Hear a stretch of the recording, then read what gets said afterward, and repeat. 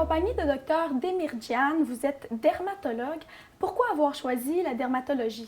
Moi, je suis très visuel, donc en dermatologie, on voit tout de suite le problème de peau immédiatement.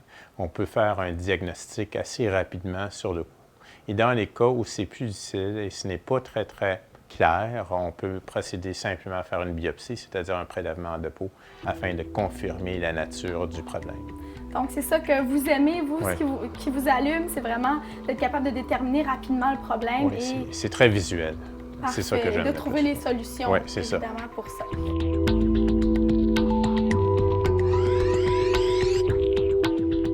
Quelle est l'importance de la peau dans une bonne santé générale?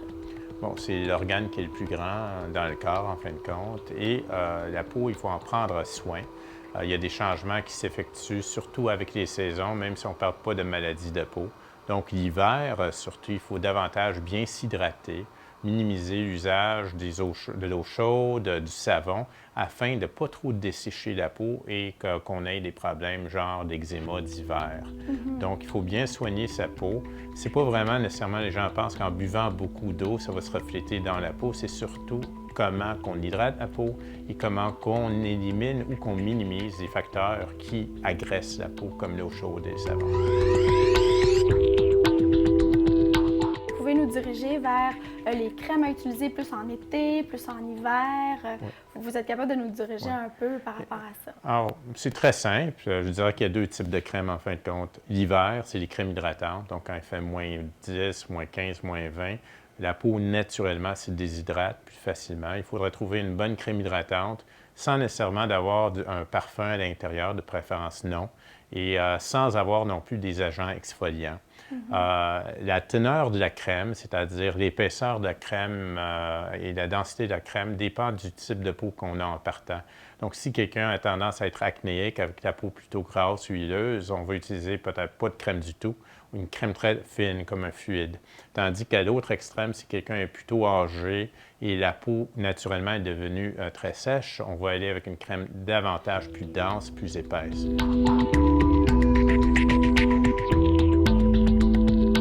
Quels sont les dommages que le soleil peut causer à notre peau?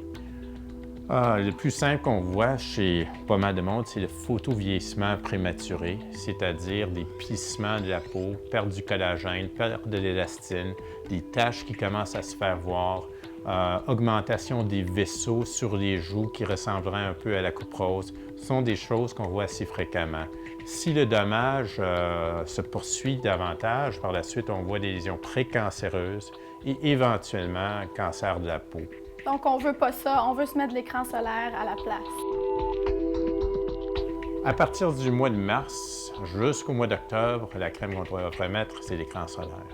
À ce moment-là, encore là, dans les écrans, on a tout un choix allant du vaporisateur à une crème super grasse, dépendant de la type de peau de la personne, vous pourrez choisir en conséquence. L'été, on dit davantage, ou à partir du printemps, une crème genre 30, mais pour les gens qui prennent les médicaments qui rendent leur peau plus sensible au soleil, pour les gens qui ont des antécédents de cancer ou pré-cancer de la peau, à ce moment-là, ou les gens qui ont déjà des taches brunes sur le visage à cause d'une exposition chronique, on dirait un numéro 60. De même qu'il ne faut pas se fier simplement sur l'écran, un chapeau et de rigueur. On veut se protéger adéquatement avec des vêtements, en recherchant l'ombre aussi. C'est certain qu'il ne faut pas fuir le soleil, mais il faut en profiter de la belle saison en se protégeant adéquatement. À part le soleil, j'imagine que vous êtes consulté pour une foule d'autres problèmes. Quels sont les problèmes les plus fréquents que vous devez soigner? Donc, les plus fréquents, je dirais, de un, c'est l'acné, qui affecte beaucoup de gens, non seulement à l'adolescence, mais à la mi-vingtaine même, et parfois dans la trentaine. Donc ça, c'est un problème pour lequel je suis souvent consulté. De même que problème de verrues au niveau infectieux, ça, c'est quand même très commun. Et finalement, au niveau inflammatoire, l'eczéma de l'enfance, c'est-à-dire la dermite atopique, l'eczéma hivernal, et d'autres types d'eczéma, que ce soit génétique ou, par exemple, la dermite séborrhéique, qui est un problème de pellicule, mais plutôt exagéré. Et finalement, il y a le psoriasis aussi. et beaucoup de consultations pour la prévention, c'est-à-dire prévention vis-à-vis cancer de peau, donc examen des grains de beauté, afin de décider si certains grains de beauté commencent à devenir un peu plus irréguliers ou atypiques et de les enlever de façon préventive avant qu'ils deviennent des cancers. Justement, les grains de beauté, est-ce que c'est bien de vérifier, de consulter un dermatologue pour être certain qu'il n'y ait pas de cancer? C'est vraiment une bonne prévention à prendre? Ça serait une bonne idée d'au moins de le faire une fois et par la suite de se faire des auto-examens par rapport au conseil que le dermatologue a donné. Ça, c'est le plus important. Chez soi, de prendre le temps de s'examiner la peau régulièrement afin de voir s'il y a de quoi qui est nouveau, qui a changé couleur, forme ou grandeur. Parce que quand on a un cancer qui a tendance à être plutôt agressif au niveau de la peau, les transformations peuvent se voir assez rapidement. Donc, c'est la personne elle-même qui va pouvoir décider avec les examens mensuels qu'est-ce qui est en train de changer et d'aller consulter plus rapidement. Au lieu d'attendre un an plus tard pour avoir l'examen annuel par le médecin, ça serait bien de faire l'auto-examen chez soi.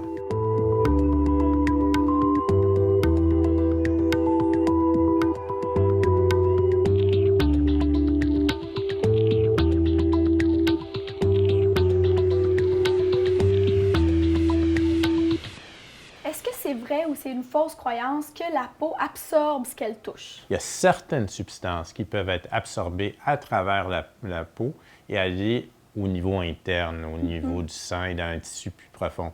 Mais il y a d'autres substances aussi, malgré si on touche au niveau de la peau, ne seront pas absorbées. Donc, il y a beaucoup de facteurs, que ce soit au niveau chimique ou physique, qui influencent le degré d'absorption à travers la peau.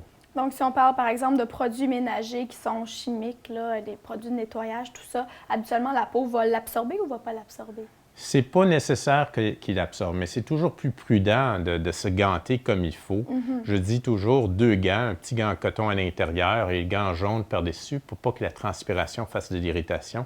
La plupart du temps, ces produits chimiques vont causer une irritation de la peau. Un genre d'eczéma où la peau va se dessécher, va fissurer, va rougir et va donner soit des sensations de brûlure ou de démangeaison. Donc, la grande question, comment on fait pour garder notre peau en bonne santé? C'est d'en prendre soin, l'hiver comme l'été, donc les crèmes solaires et les crèmes hydratantes, de se protéger adéquatement avec les vêtements et les chapeaux, de ne pas abuser du soleil. Et ça serait les meilleures choses. Et d'éviter de mettre trop de produits sur sa peau aussi. Si on choisit des savons ou des crèmes de préférence non parfumées, d'éviter de mettre tout produit parfumé directement sur la peau, ça serait une bonne idée. Parce que c'est l'un des allergènes qui fait le plus souvent des réactions. Parfait. Bien, docteur Demirjian, merci beaucoup. Je vous en prie, au plaisir.